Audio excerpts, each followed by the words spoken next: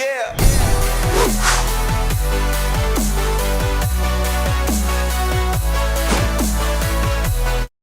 Welcome back to the Gridiron Expert. We have finished our game-by-game predictions for every single Big 12 team, which means, of course, it is time for our Big 12 conference recap.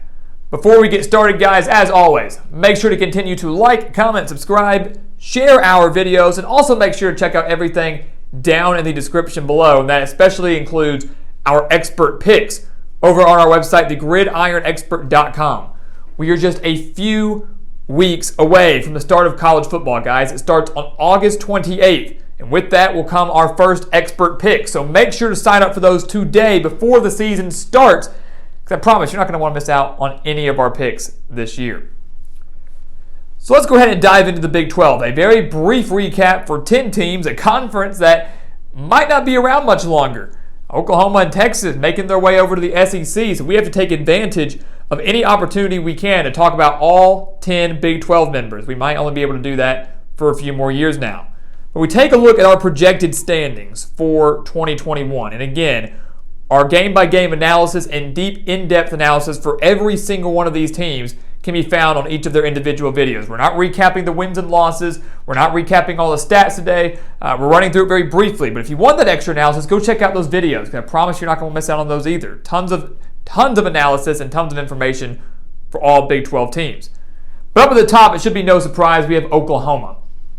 The Big 12 championship is going to be Oklahoma and Iowa State, as you can see from our top two. And there's a significant gap, at least in our eyes, between Oklahoma, Iowa State, and everybody else. The Sooners we have coming in undefeated in the regular season, which means, yes, we do have them defeating Iowa State towards the end of November, that game being in Norman. Iowa State coming in at 11-1, and like we just said, because they fall to Oklahoma, that's their only loss in the regular season, at least in our eyes. After that, you see a 3-game differential between Iowa State and the third-place team, which we believe to be TCU. So that just kind of shows you guys what kind of level that Oklahoma and Iowa State are both on right now. They are in a completely different league right now within the Big 12. Sooners return so much, and Spencer Sanders and Marvin Mims and Kennedy Brooks and an elite defense. Iowa State returns so much, 19 starters back. Brock Purdy, Breece Hall, their whole offensive line, maybe the best tight end room in the nation. And then obviously a defense that, like Oklahoma's, was one of the best in the nation last year. So those two teams are in a league of their own. TCU comes in at number 3 for us at 8-4, 5-4 in conference play. And we have a tie there with Oklahoma State. And so obviously through the tie-breaking rules, you can see that we have TCU defeating Oklahoma State in the regular season. The Horned Frogs are maybe a dark horse team in the Big 12 this year if they get a couple of big upsets. Maybe they upset Oklahoma, maybe they upset Iowa State, or don't slip up against some of the teams we have them losing to. They are a dark horse candidate this year, because with Max Duggan back in this offense that was averaging over 200 rushing yards per game last year, TCU has all the pieces together to finally get back to that Big 12 relevancy. They were 6-4 last year, but it's been a long time since we've seen Gary Patterson's team make significant noise in the conference, and especially significant noise nationally. They have the opportunity and they have the potential to do that this year.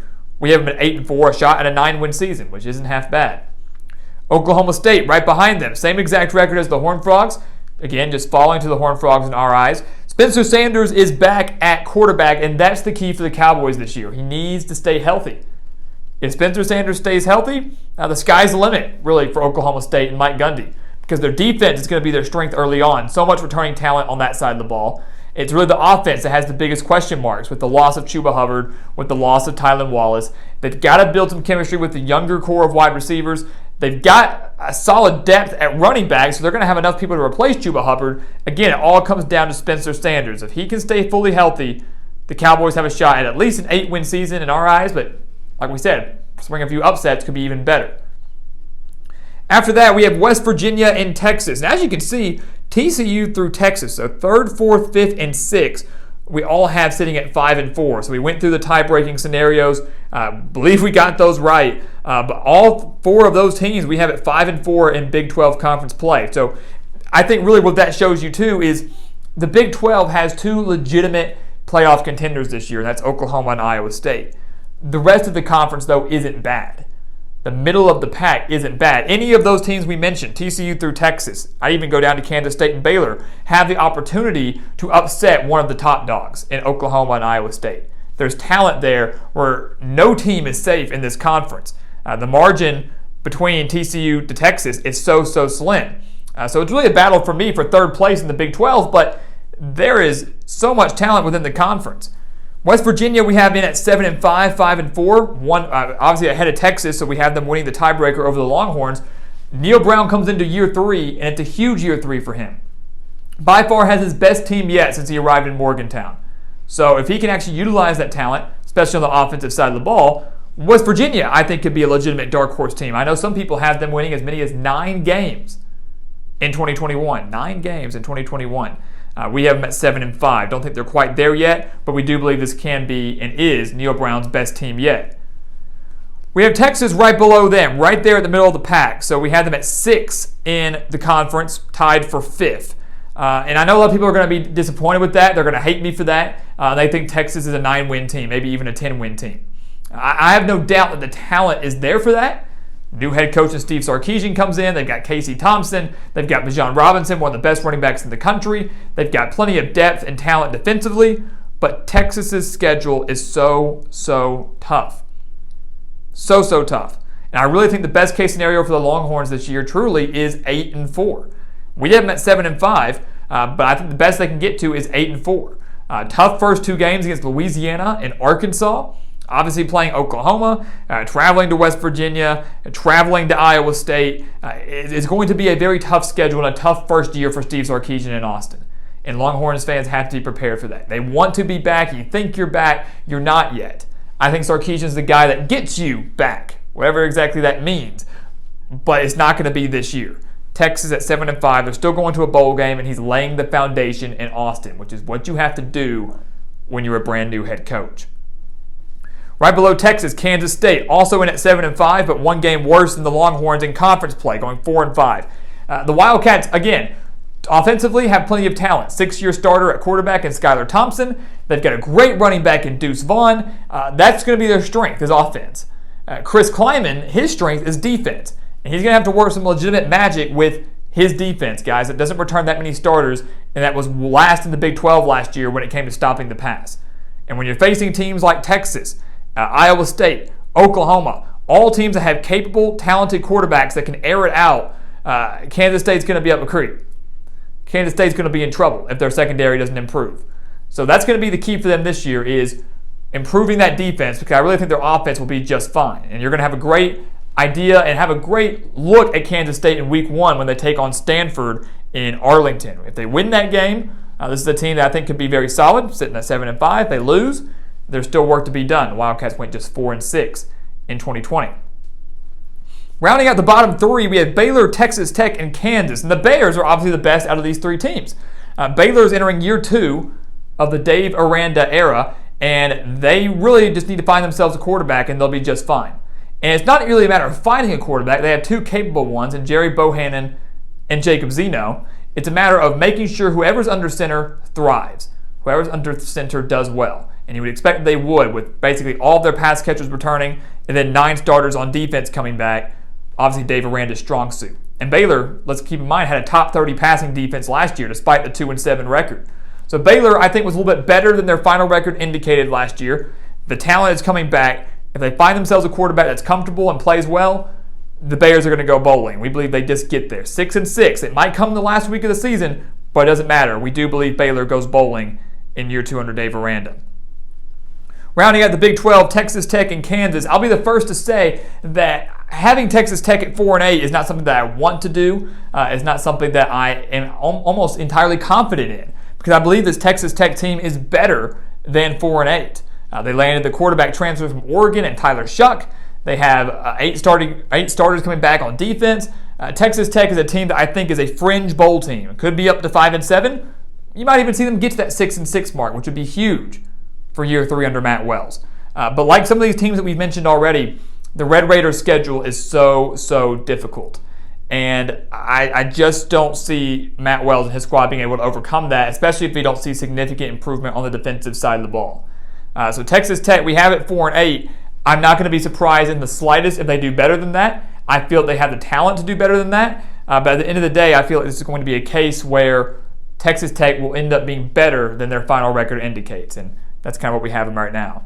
And rounding out the Big 12, it's Kansas. What else would you expect? 1-11, winless in conference play. The lone win for Kansas. Go check it out. Go look at the video. You'll see for yourself. But only one win for Lance Leipold in his first year in Lawrence. They're very devoid of talent. There's no talent in Lawrence right now. He tried to bring players over from Buffalo. It's not going to work out in year one. As many say, it takes a new coach 3 to 4 years to hit their stride, to hit their mark, get their players in, lay their foundation. It's going to take Leipold a lot longer than that because Kansas is maybe in the worst spot of any Power 5 team in the country, maybe any college football team in the country, period. Give Leipold time. I'm thinking 6 or 7 years. His style will work. His persona will work. Everything's going to work for Kansas if they just give him time. And don't expect immediate results in year one. The Jayhawks come in at 1-11. Like we mentioned at the beginning of this video, we have Oklahoma and Iowa State in the Big 12. There's no division, so for the Big 12 title, it's always going to be who's at the top 2 of the standings. And like we mentioned, there's a significant gap between the second place and third place in Iowa State and TCU. So it feels like Oklahoma and Iowa State are just on a collision course. They're going to meet on November 20th in Norman, and then it feels like they're going to just about 2 weeks later meet again in Arlington for that championship game. That's what they did last year. Iowa State won early in the year over Oklahoma, beat them 37-30 in Ames. Oklahoma got their revenge, 27-21 in the Big 12 championship game. And I look at it this year, guys. It's very, very difficult to beat the same team twice in a single year, let alone the same team twice in a matter of about 2 to 3 weeks. But I do believe that Oklahoma has the talent to do that. It's a very, very difficult feat, and I believe both games are going to be extremely close. But this Oklahoma team, guys, is for real. Maybe the best Oklahoma team that Lincoln Riley has fielded since he took over in Norman. I don't really see any weakness in the Sooners program right now. And I don't really know if there's much of a weakness for Iowa State either. So much credit for Matt Campbell and what he's assembled in Ames. But right now, I really feel that Oklahoma is the better team. I believe they own the quarterback edge in Spencer Rattler. I do believe Iowa State owns the rushing edge with Breece Hall, but I also believe that Oklahoma is going to own that slight defensive edge. Brock Purdy ended up costing Iowa State the Big 12 championship game last year, and I think this year it's going to be about the same. A close game where Purdy throws a late interception or the Sooners get a late stop, and Oklahoma advances to the college football playoff with an undefeated record sitting at 13-0. Iowa State will advance to their second straight New Year's Six bowl game with a shot at a 12-win season on the line. Obviously will hurt to not make the college football playoff, but considering how far this program has come, that's a remarkable feat for Matt Campbell and his Cyclones. So guys, as always, thank you so much for watching our Big 12 conference recap. We have one Power 5 conference left. You know who it is. It's the SEC. So you're not going to want to miss that. Stay tuned for that. This wraps up the Big 12 with Oklahoma taking the conference. As always, make sure to continue to like, comment, subscribe, share our videos. Also, make sure to check out everything down in the description below. Look at all of the offers down there, but especially those expert picks over on the gridironexpert.com. And once again, guys, as always, thank you so much for watching, and we'll see you next time right here on the Gridiron Expert.